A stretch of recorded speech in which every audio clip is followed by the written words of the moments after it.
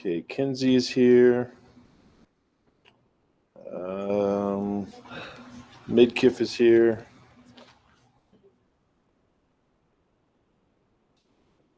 Rice is here.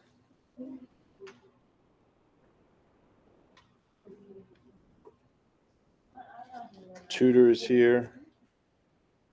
Asbury is here. Michaela is here. Bancross? Yep. Sure. It's here. Richardson is online.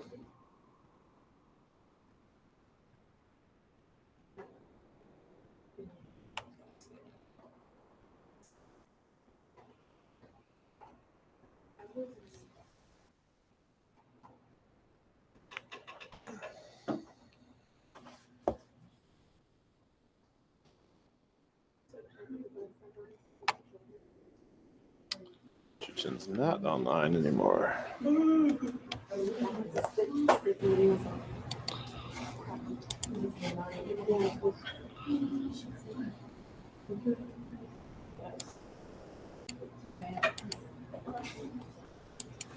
Are we off Good Friday? I don't think so. It's not that good. I think the only days we get off are in the spring semester MLK Day.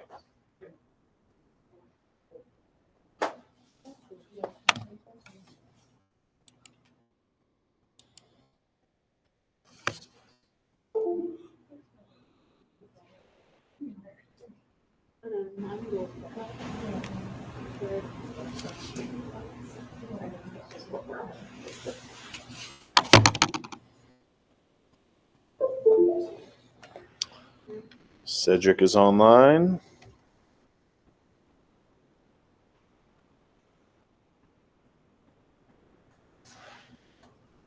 Richardson's online.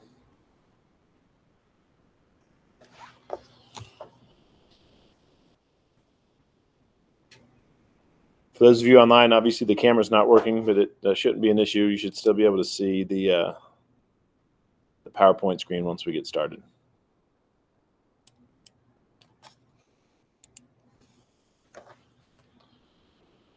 We are recording if anybody has any questions. Like the Good Friday was a good question. Mm-hmm.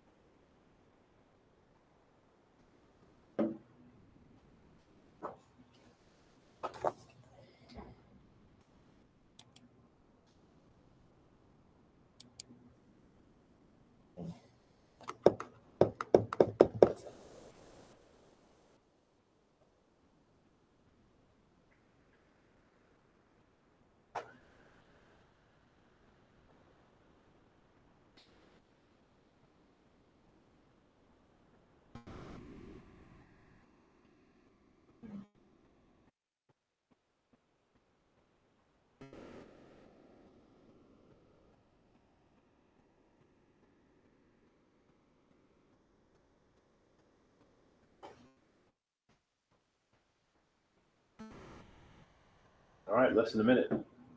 Not much for announcements. Just remind you to read the announcements that I post. A lot of information that would help you guys. You can see your grades there, all that kind of stuff.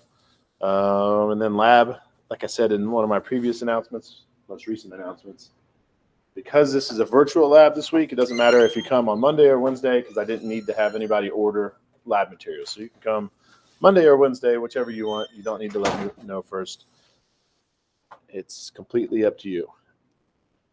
And of course, if you get it done early, it'll help you one way or the other. It will help you to get it done early. Let's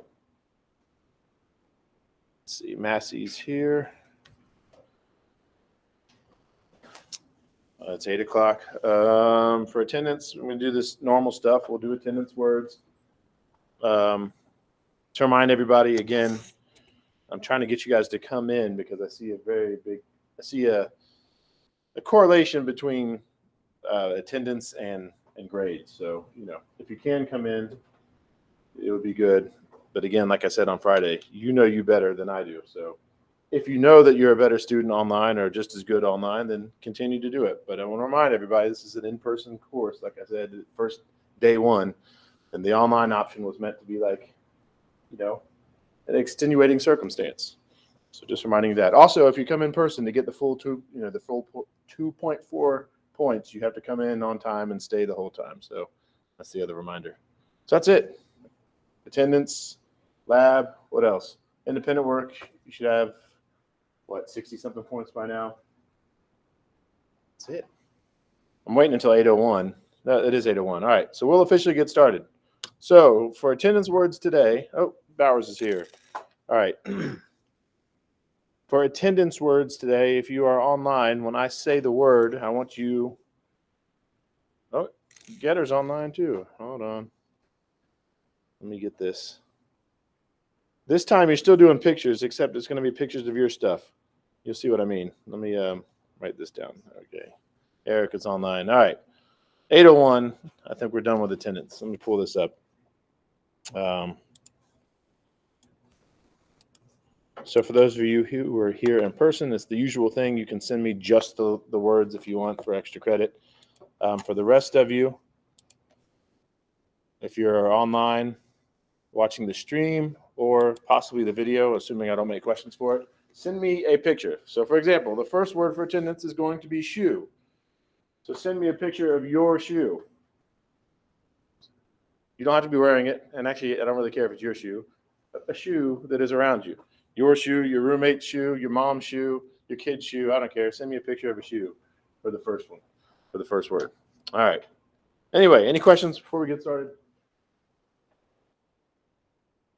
So we left off talking about disorders. So remember, and first we talked about recessive disorders, and we talked about lethal disorders, and we ended it talking about Huntington's disease, which was the only the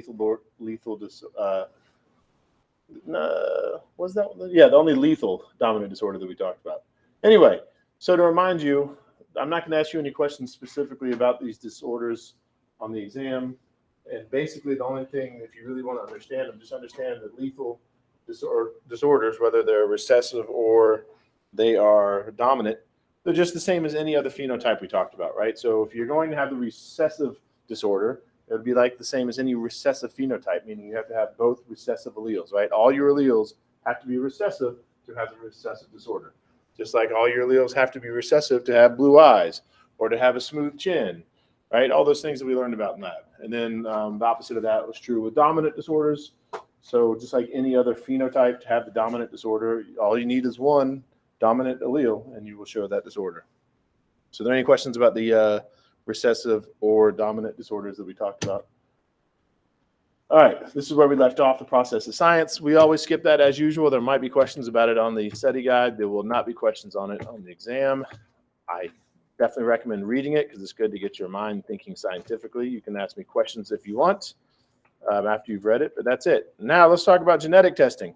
This would have been better had we been able to segue directly into this, right? Because it makes more sense to talk about these disorders and then talk directly afterwards, talk about genetic testing. But here we are after the weekend talking about genetic testing.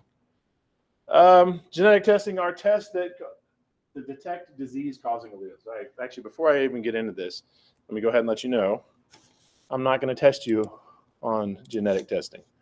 Your book covered it, so am I, and it is also relatively relevant to your life. Hopefully it won't be, but maybe one day it will be. But anyway, I'm going to cover it very quickly. There won't be any questions about it on the exam.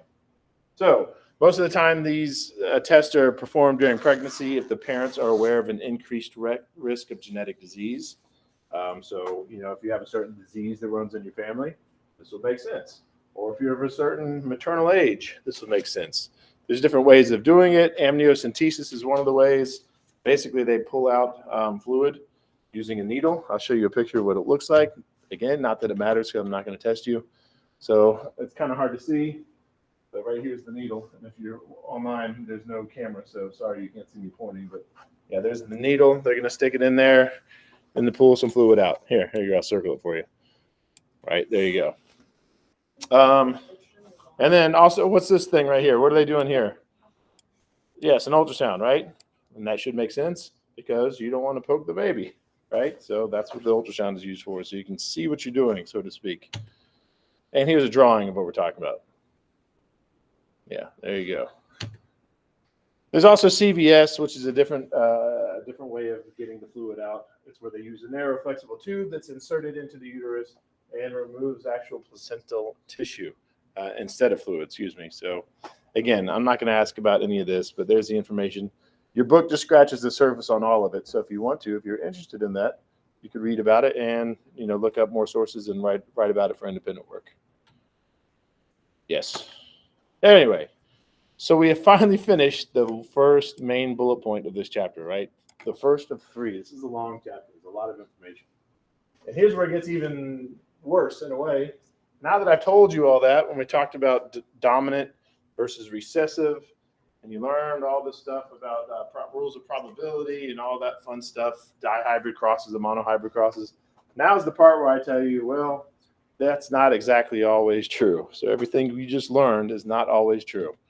Where's your book puts it? Mendel's laws explain the inheritance in terms of genes passed from generation to generation according to the rules of probability. So the rules I taught you are valid for all sexually reproducing organisms. However, they don't explain some patterns of inheritance.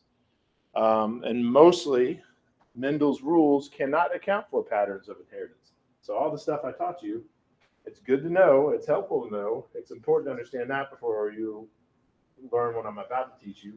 But for the most part, all the stuff I taught you isn't even that common. And I always use eye color as an example because eye color is one of those things that we always use in a genetic lab that isn't exactly the way it is in real life. We just simplify it for the sake of understanding how Mendelian genetics works. If you're taking notes, there's nothing to write down on this slide. This is just a introduction into what we're about to talk about. Good segue to bridge the gap between everything I just told you and everything I'm about to tell you. Because again, everything I just told you was true, but for the most part, it's not that simple. And I'll give you some official book examples here in a second, but think about things like height, right? If height was the same way like pea color or eye color, you'd have tall people and short people, and that's it, right? Everybody'd be like, I don't know, 6'9" and 5 foot with no variations, right? But it's not like that. Same with skin color. You'd have, I don't know, like dark people and light people with no shades in between, right? But as we know, that's not how things are. So let's talk about these variations. The first thing we're going to talk about is incomplete dominance. So before I get into this, let me tell you this. Everything I taught you before, even though I never called it that, I'm now going to tell you that was called complete dominance. So the pea color was an example of complete dominance. It was either purple or it was white, and that was it, right? Purple was completely dominant to white. Yellow was completely dominant to green, if we're talking about the color of the actual pea itself. Right? So that was complete dominance. What I'm about to teach you is what's called incomplete dominance. And before I get into this, I'll go ahead and let you know, I've said this before, I'll remind you again, the way the questions are going to go on the exam mostly for these is I'm going to give you a hypothetical breeding. I'm going to say this thing mated with this thing, and these were the offspring. And you have to tell me based on that whether it was complete dominance, incomplete dominance, or one of these other things I'm going to tell you about. So keep that in mind as you're taking notes and I'm teaching you. Mostly, I'm not going to ask you the definition of any of these things. Mostly what's going to happen is I give you this hypothetical situation, and you have to recognize it as one of these things. So let's jump into it. Incomplete dominance. So the definition of incomplete dominance, again, which is not what I'm going to be asking you on the exam, but the definition is it's when the F1 phenotype is between that of the two parents. So remember, there's 3 generations we always talk about in these situations. There's the P generation, which are the purebred, and you cross them to get the F1, and then you cross them to get the F2, right? So what we're saying, so if we're talking about the F1 generation, the phenotype is between those of 2 parents, which again has not been the case of what we talked about. You either have a cleft chin or you don't, right? That's complete dominance. There is no in between. Or again, you either have a purple flower or a white flower when we're talking about the pea plants, right? There was no in between color. But this is different. For incomplete dominance, it is in between. So here's some examples, and you could write them down if you want, but I said, yeah. And you can also think of more examples if you want for independent work. I'm going to give you some examples. You can think of some more. Even if you make them up, I don't care. Like, they don't have to be real examples. So right here, the first example I give you is a white flower and a red flower, right? If red was dominant to white, and we were talking about complete dominance, which is what we talked about prior to today, then you'd either have red flowers or white flowers. That was it. But now that we're talking about incomplete dominance, yes, you'll still have red flowers. Yes, you'll still have white flowers. But when you cross them, you get the in-between, right? And when you cross red and white, you get pink. Or if you have a black mouse and a white mouse, right? What's in between black and white? Gray. Or if you have curly hair and straight hair, what's in between that? Wavy hair. So basically, again, if you're going to recognize incomplete dominance in some hypothetical situation that I give you, the key is going to be that the phenotypes fall between the parental phenotypes. And hypothetical, when I say hypothetical, I mean it. Because for the exam, I'm not going to give you some actual example. I'm going to make something up. Like, oh, you found a new sea creature in the ocean, and it's blue. And you found another one that's yellow, and all the offspring are green. What kind of dominance is that? And you would say, oh, that's incomplete dominance, because green falls in between. Does that make sense? Any questions so far about incomplete dominance? Okay. Here's a visualization of what we're talking about. There's that red purebred parent crossed with a white purebred parent. When the red one goes through meiosis, 100% of its alleles are R, so all of its sperm and eggs are going to be big R. The white one, when it goes through meiosis, even though they split up, 100% of them are little r, so no matter what, it's going to give a little r. Another way of saying that, as always, the F1 generation is always going to be heterozygous. And in this case, the heterozygous, again, like we were saying on the previous slide, it's in between the parental phenotypes, right? If this was complete dominance, which it's not, if this was complete dominance, like we talked about earlier, that flower would be red. Because we see here that red is dominant to white. And this has a red that has a dominant allele. But this is incomplete dominance. So the red does not completely dominate. It just kind of mixes in. So any questions? All right. Then also, obviously, just like we did previously, you could cross the F1 generation. You get the same genotype ratio, right? So you still have one homozygous dominant, two heterozygous, and one homozygous recessive. Let me hide this so the people online can see. Yeah, again, you still get one homozygous dominant, two heterozygous, and one homozygous recessive. Except now, instead of having a 3-to-1 ratio, you now have a 1 to 2-to-1 ratio.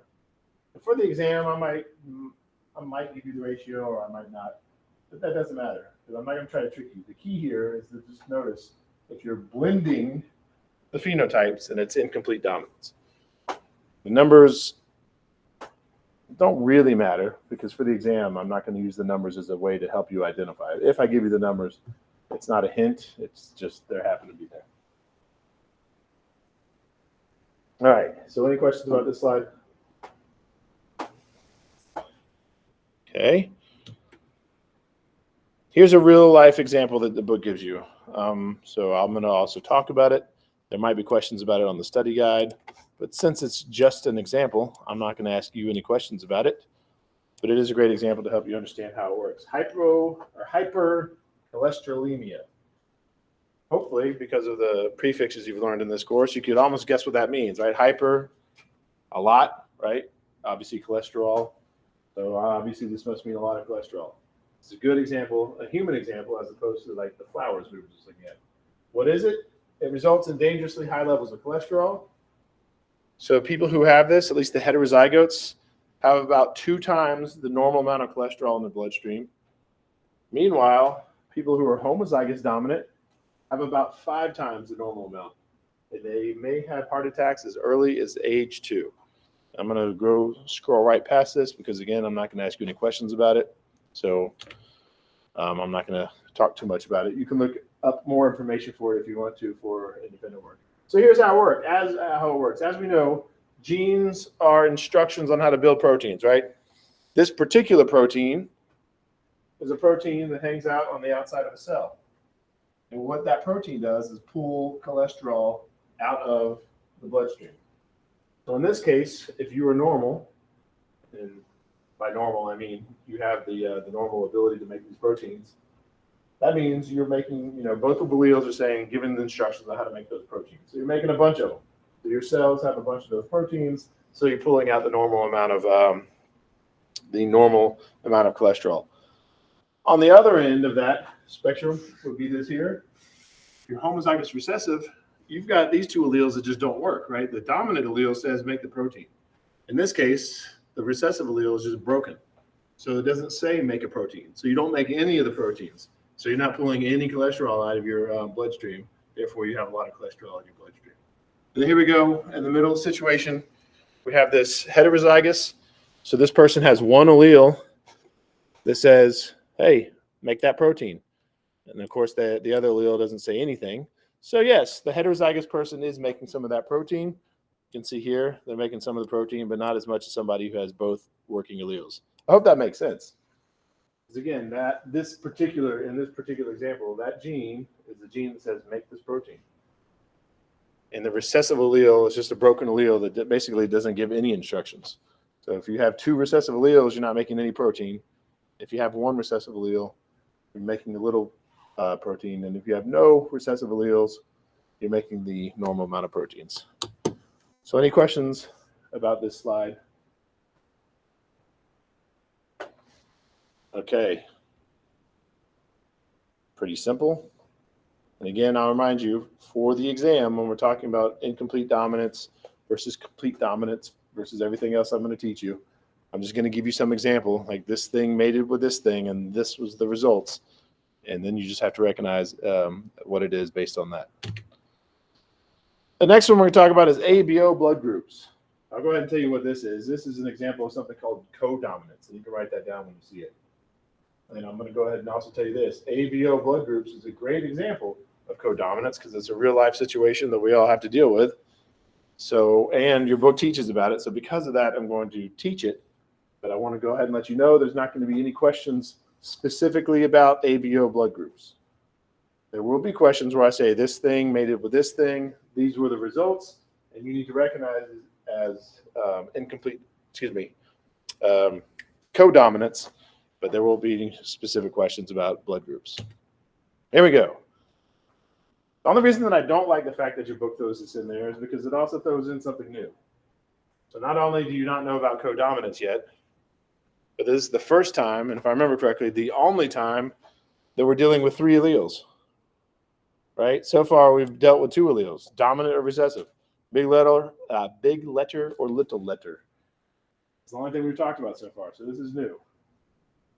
So I'll go ahead and tell you this too, for the exam, whichever example I give you, some hypothetical example that you need to recognize as codominant, there's still only going to be two alleles. So this is just one example that I ever give you where there's three alleles. So please don't let the fact that there's three alleles confuse you. You can brain dump it if you want, or you can dive deeper if you want. Look into it. And what are some other real life examples for independent work where there are three alleles? Or possibly more alleles. So we'll talk about that in a second too. Anyway, these three alleles,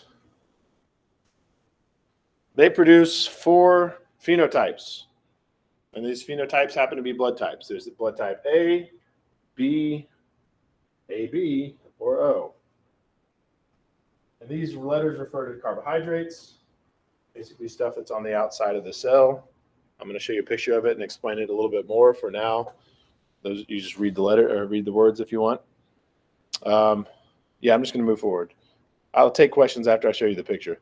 But again, I'm not going to ask you anything about this on the exam. So if you have questions, it's all for the sake of your own knowledge. Anyway, like I said, these things are carbohydrates on the outside of the cells. So if you're blood type A, you produce carbohydrate A. If you're blood type B, you produce carbohydrate B. If you're blood type AB, you produce both types of carbohydrates. And if you're blood type O, you produce no carbohydrates. Why does that matter? Well, the carbohydrates are picky. So as you can see from this top example, if you are blood type A, right, that means you are anti-B. So if you're blood type A, you cannot have blood type B because, as you can see right here, it clogs up, right? So it's not good. Your body attacks any B blood type. Obviously, that's going to include AB blood type because, yes, it has your A carbohydrate on it, but it also has that B, your anti-B. Does that make sense, everybody? Okay, it's kind of the opposite with carbohydrate B or blood type B. If you make carbohydrate B, then you're anti-A. Therefore, obviously, you're going to be anti-A, but you're also anti-AB. Now, if you're AB, that's what we call the universal acceptor because you have both carbohydrates. You're not discriminate. You'll take all blood types, right? So you're not anti-anything. You can have all blood types. And the opposite of that is blood type O. That's actually what I am. You're what's called the universal donor. So you can only take O blood type, but you're anti-everything. So I guess I have hate for blood. Don't want A, don't want B, certainly don't want AB, only want O. But anyway, how does this work as far as recessive and dominant is concerned? Well, in this case, we have two dominant alleles, which are the A or the B, right? They're both dominant. And then we have this I, or basically no allele, which is the recessive. I'm going to leave it at that because what I'm going to do is give you some better examples as far as the exam is concerned. And we will leave this blood type conversation behind us. So are there any questions about this blood type conversation? All right. Another idea for independent work, if you want to look into it. Notice we just said blood type A, B, or O. I didn't say like O positive or B negative. So if you want to, you can look that up. What's the positive and the negative? What's that have to do with anything? Anyway, yeah. So obviously when you're getting or giving blood, you're going to want to match up. Make sure you have the correct type. There we go. And then finally we get to the word that you need to know. And I've already said it. But everything I've just described is called codominant. So that's when both alleles are expressed. So it's not complete dominance, which is what we talked about every day prior to this, which is where one allele is dominant to the other. It's not incomplete dominance, where it's a mixture of the two phenotypes. No, codominant is when both alleles are expressed in the heterozygous condition. And I'll give you some examples as we move forward. And to remind you, even though the definition is up there for the exam, I'm not going to ask you the definition of codominance. I'm going to say this thing made it with this thing. These were the results, and you need to recognize it as codominance. Here we go. Here's some non-book examples. And it doesn't work this way for the dog one. It does not necessarily work this way because it's a little bit more complicated than that. But if we were using this example, this might be how it would be on a test. A black dog and a white dog. If you mix them, again, back up. If it was complete dominance and black was dominant to white, then you would have a black dog, right? For the heterozygous. If it was incomplete dominance, which is the one we talked about before this, and you mix black and white, you would get gray, right? Because that's a mixture of the two phenotypes. With codominance, both phenotypes are shown. So in codominance, you would have a black dog with white stripes, right? Because both phenotypes are shown. It's a mixture. A real life example would be, a red cow and a white cow gives you a white cow with red spots, or a red cow with white spots, however you want to look at it. And of course, here's another example on the bottom left of the screen here. A red flower and a white flower, in this case, would give you a red flower with white spots, or a white flower with red spots, however you want to say it. The point is they're not mixed. And this is a great picture. So as you're studying, this is pretty much, it's a great one picture to study. It's everything that we talk about in one picture. Of course, in this case, we're all talking about heterozygotes. I'm going to use H just randomly. It could be any letter. Point is big letter, little letter, right? Uppercase, lowercase. All four of these are heterozygotes. If we're talking about complete dominance, red would be dominant, so it would show up. If we're talking about incomplete dominance, it would be a mixture of the two. Red and white is pink. If we're talking about this, which we're talking about now, codominance, again, you get both phenotypes. So any questions about what codominance is? All right. The next word for attendance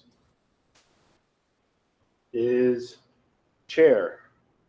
So if you're online, take a picture of a chair. And if you're in a room that doesn't have a chair, then just take a picture of whatever you're sitting on. So if you're on a bed, take a picture of the bed. If you're sitting on the floor, take a picture of the floor. And of course, again, that's only if you're online. The rest of you can just send the words. All right. So let's talk about the next situation. Again, I'm not going to ask you the definition of pleiotropy. Most likely, I'm going to give you this thing mated with this thing. Here's the results. What is it? Pleiotropy. This is when we have one gene but several characters. So this is also very new. This is something we haven't talked about, right? So far, everything we've talked about is one gene, one character. Like there's one gene for pea color, one gene for chin dimple, one gene for freckles, right? But here's a different situation. You have one gene that controls several different characters. Your book gives this great example, which is sickle cell disease. Sickle cell is something we're going to talk about in the next few chapters. It's going to come up a lot. I'm not going to specifically ask you questions about sickle cell for this chapter, but it is a great example of pleiotropy. How does it work? Well, this one gene results in abnormal hemoglobin proteins, or excuse me, this one allele of that gene, because we all have that gene. It's just that in this case, there's an allele that causes this.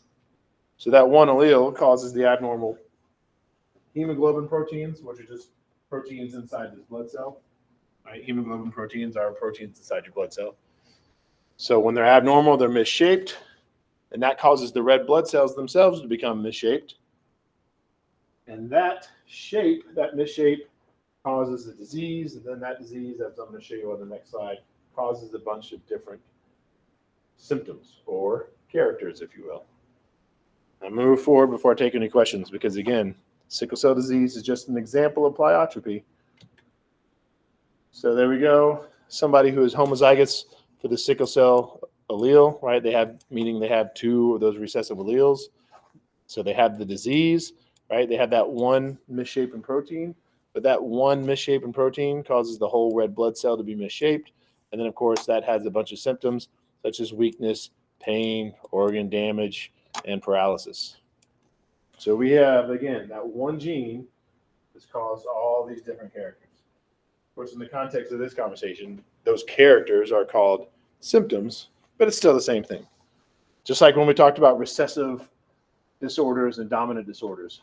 We called them disorders because they were, right? They were diseases, but still we could also call them phenotypes, right? Achondroplasia is a phenotype. It's also a disorder. Does anybody have any questions about this? All right, so this one really should be simple on the exam because there's not really a good way for me to give you a hypothetical situation for this.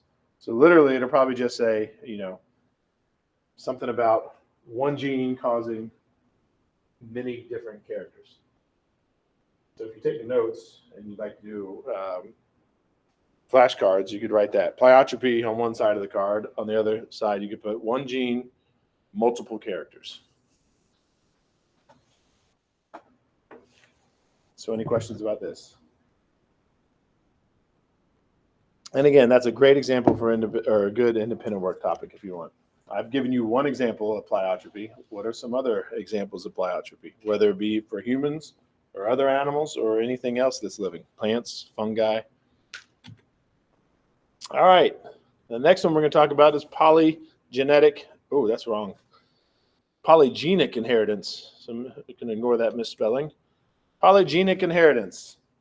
If you're taking notes for a note card, you could basically, and you're really good with the last one I just taught you, pleiotropy, you could almost just write polygenic inheritance is the opposite of pleiotropy in a sense. So instead of having one gene and multiple characters, now we're talking about multiple genes on one character.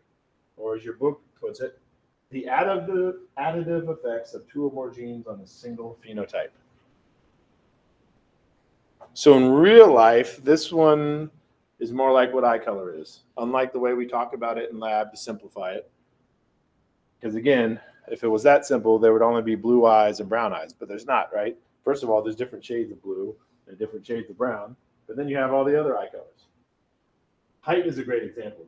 I'm not going to ask you any specific examples, but if I give you an example, I want you to recognize it as pleiotropy because it's more than one gene acting on a single character.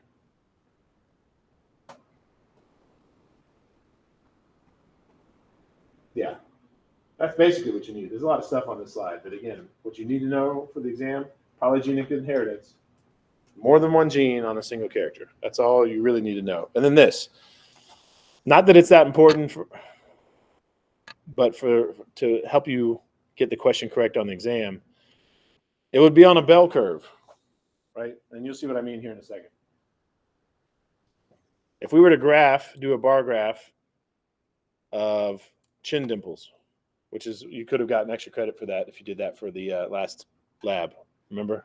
Anyway, if you did like, all right, there's this many people have the chin dimple and this many people don't, right? That's it. There's only going to be 2 bars on that bar graph because there's only 2 possible outcomes. In this case, it's a lot more complicated. Height is even more complicated, so your book is simplifying it. But let's assume that there was 3 alleles acting on height. Even then, see, this right here at the bottom left, this is still a Punnett square. It's just a lot more complicated than any Punnett square we've seen because, again, we're talking more than 2 alleles, right? We're looking at 3 different alleles. 3 different genes, excuse me, A, B, or C. But again, for the exam, here's what you need to focus on. If you were to graph it, then you would see it on a bell curve, right? Unlike, again, if you had people, let's see, who had, I don't know, that many people had freckles and that many people didn't have freckles, right? It's not that simple. You're going to have a lot more. But again, take a step back here because this looks awfully complicated. All you need to know, if we're talking about polygenic inheritance, it's more than one gene acting on one character.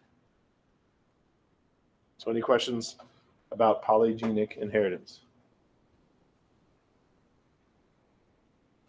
And again, just for your own knowledge, I can ask about this on the exam, but your book is really, again, oversimplifying height. As complicated as that looks, that's a simplified version. First of all, there's probably more genes involved. And second of all, there's a lot to deal with not just genes, but also the environment, like nutrition, things like that. Which brings us to the next one, epigenetics. So this is the last variation on Mendel's law that we're going to talk about, epigenetics. And again, I think height is a good example of this, even though your book doesn't use it. Because your book points out that many characters are a result of combination of heredity and the environment. Right? So height would be a good example. You could have 2 identical twins that have the same exact genome, the same exact instructions on how to build a human body. But if one of them is malnourished and the other one's not, one's going to be taller than the other.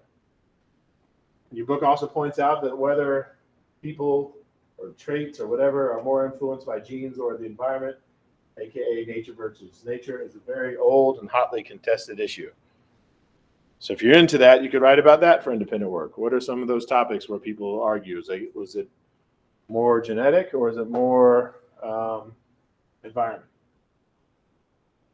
Like the one I hear the most about is homosexuality. Right? Someone says, is it genetic or is it environmental? And people debate that. And now, I guess sex and gender is kind of becoming a big thing too. And you can look into it for independent work if you want. Anyway, your book also uses, again, the same kind of example I was using. If you spend time with identical twins, that's very convincing that the environment, not just the genes, affects the person's traits. Because again, identical twins have the same exact genome, right? They have the same exact instructions on how to build a human.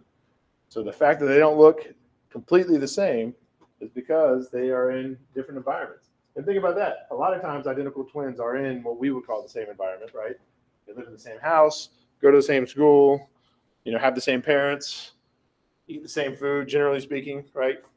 But it's not exactly the same, right? They all, nobody's exactly the same. Is anybody close with any identical twins, any of you guys?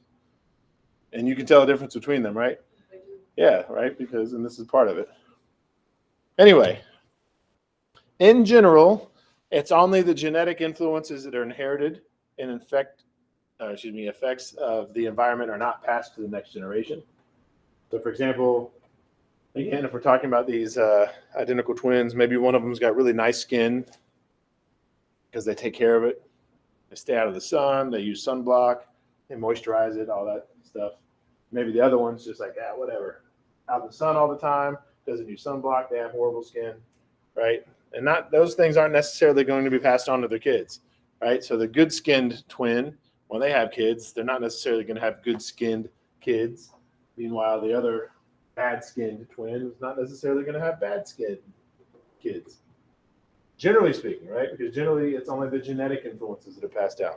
Which goes back to that first picture I showed you for this chapter. Remember the picture of the lady with the tattoos and the colored hair? We said, hey, she's got tattoos, right? Do you think her kid's going to have them? Right? They're not going to be born with them, right? Because that's not the genetic influence. That's environmental. However, in recent years, biologists have begun to recognize the importance of epigenetic inheritance. And what is epigenetic inheritance? And this is what you need to know for the exam. It is the transmission of traits by mechanisms not directly involved in the DNA sequence. Before I move forward, I want to make sure you understand that. Because I don't like you guys to memorize things verbatim. If you memorize every single one of those words but don't know what the sentence means, it doesn't help you. What we're saying here is, it's kind of the opposite of what this first bullet point is saying. It said, yes, sometimes it's non-genetic stuff that is passed down. That's what epigenetics is. It's not just the genes. It's not just the code in the genes, the A's and the T's and the C's and the G's. Sometimes it's stuff other than that.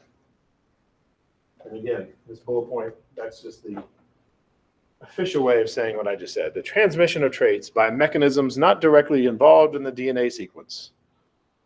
And I'll give you some examples in the next slide. But for now, are there any questions? All right. Example. Chromosomes can be chemically modified by adding or removing chemical groups onto the DNA and or the protein components. You don't need to write any of this down. This whole slide is just an example. There's nothing to write down here. But if you remember when we first started talking about proteins and DNA, I told you that the DNA is wrapped around these things called histones, right? And that forms what's called a nucleosome. I told you that was going to come back later in the semester, so here it is. That's why you needed to know those things. Not by name. I don't care that you know that those things are called histones and nucleosomes. But remember, the DNA is wrapped around protein. So as you can imagine, if there's a machine, so to speak, and you'll learn about that later, if there's a cellular machine that needs to clamp onto the DNA and slide down it and read the code, then obviously if it's wrapped around proteins, that's going to make a difference. Right? Is it wrapped around really tightly? Is it wrapped around loosely? Is it wrapped around not at all? The machine needs to get in there to read the code. So it's the environment that plays a role in these changes. And it may explain how one identical twin can suffer from genetically based diseases, whereas the other twin doesn't, despite having identical genomes. Simply put, epigenetic changes in the DNA and the chromosome, epigenetic changes the DNA/chromosomes, while genetics is strictly the sequence of the pairs. So if you were to think of chromosomes as a book of instructions on how to build proteins, which it is, right? Because chromosomes have a bunch of genes on them.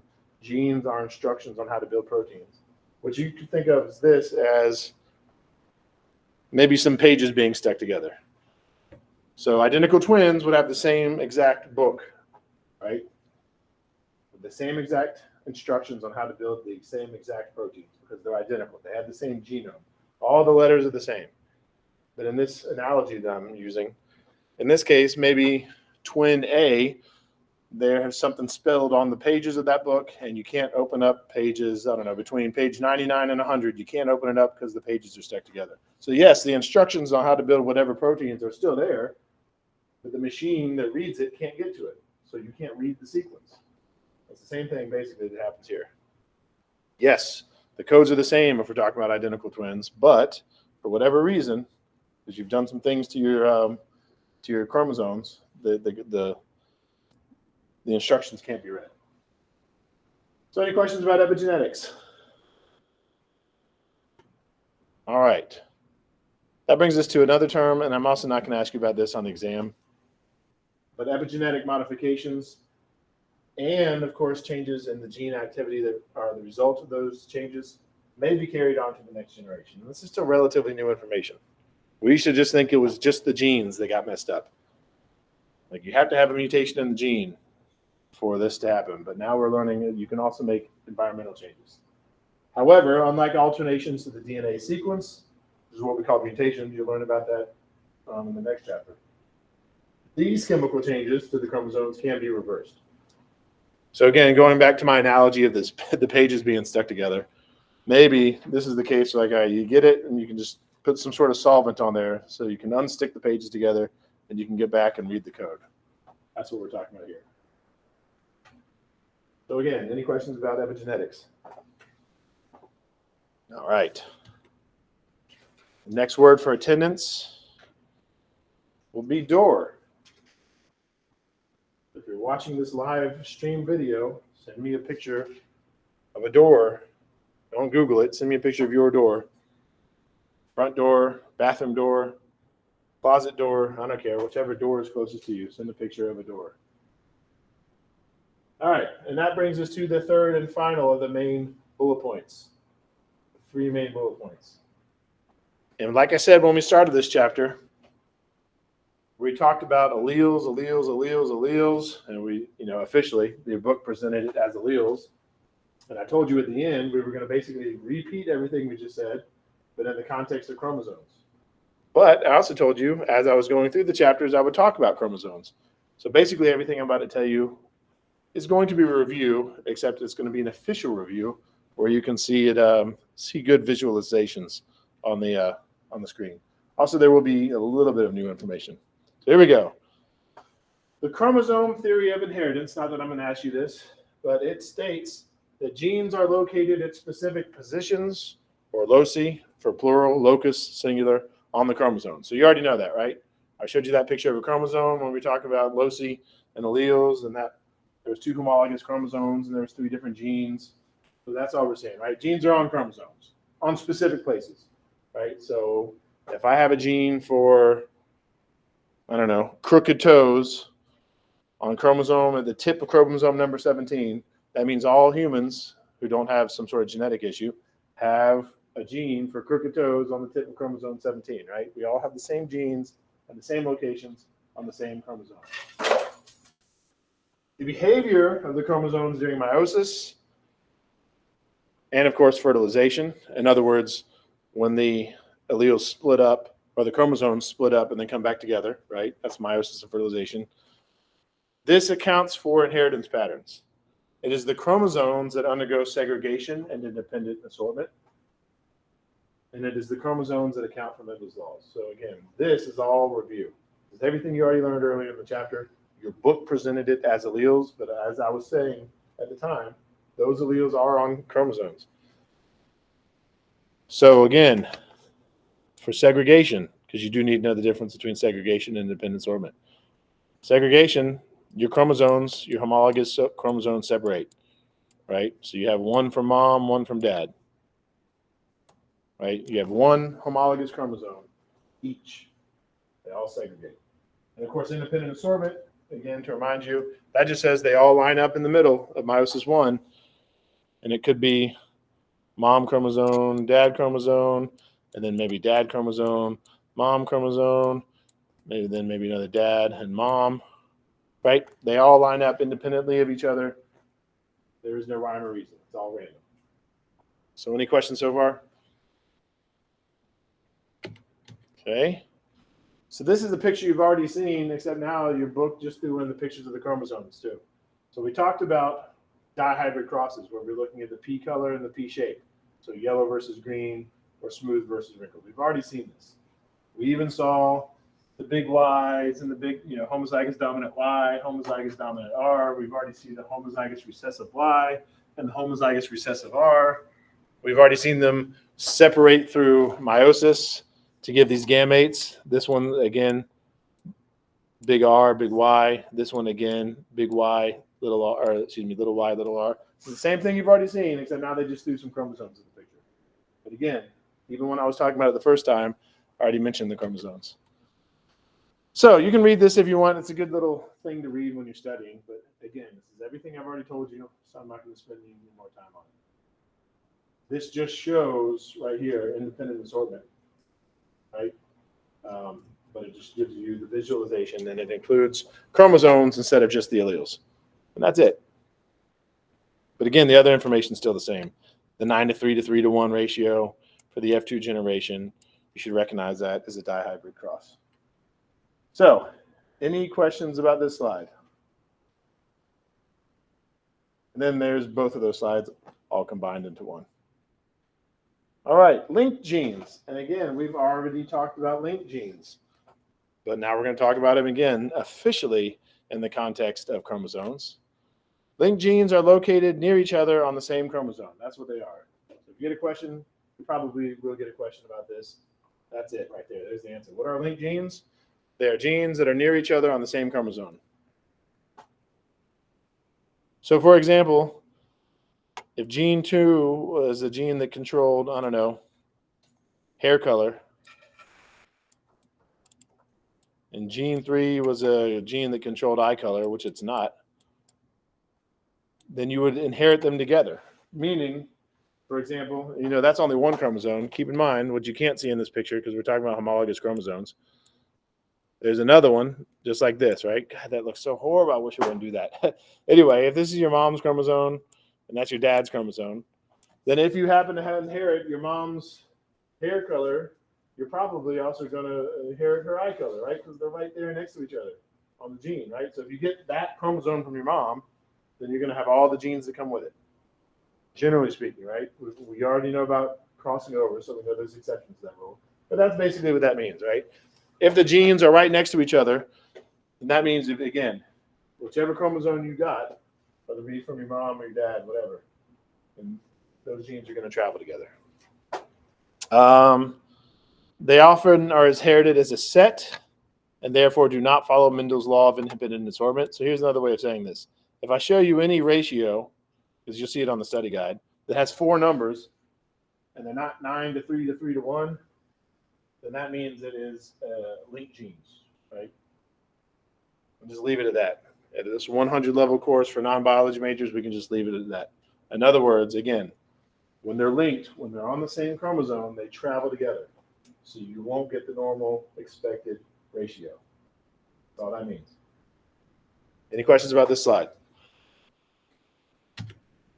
All right, sex determination in humans. We already learned this in chapter 8. This is definitely a review, and it's also very simple. Many animals, including mammals, have a pair of sex chromosomes that are designated X and Y, and those chromosomes determine sex. So for males, they have one X chromosome and one Y chromosome. Female have 2 X chromosomes. Human males and females both have 44 autosomes, and then they have that one pair of sex chromosomes. So this is everything you already learned in chapter 8. It's not even presented in a different way, right? X and Y for males, X and X for females. Obviously, there's exceptions that we talked about, but those exceptions won't be on the exam. If you're into it, look this up for independent work. How do other things determine sex other than mammals? Fish and fruit flies are some really interesting examples because it's not as simple as XY or XX for some organisms. Here's a picture. There's a Y chromosome. There's an X chromosome. Finally, sex-linked genes. Yeah. A gene located on a sex chromosome is a sex-linked gene. You need to know that. It's on a sex chromosome. It's called a sex-linked gene. Most sex-linked genes are found on the X chromosome, not the Y. Can anybody guess why? Just look at the picture, right? Here's an X chromosome. Here's a Y chromosome. The X one's just a lot bigger, right? So obviously it's going to have more genes on it. That's all that is. I'm not going to ask you about where or which ones are found most on which. Just know that a sex-linked gene is found on the sex chromosomes. Your book gives an example of red-green color blindness. I'm just going to skip through it. I'm not going to ask you any questions about sex-linked genes. If I do, it'll be for extra credit on the exam. So read about it. If you have any questions, let me know. And we'll be done with this chapter. And the last word for attendance, let me think. What have I done? Let's say floor is the last word for attendance. Show me a picture of a floor, your floor, whichever room you're in, or even if you're outside. True. Yeah, if you're sitting on the floor, then you send a picture of a floor twice. All right. Thanks for reminding me. That's it. Maybe I'll see you in lab today. Maybe I'll see you on Wednesday. It's up to you.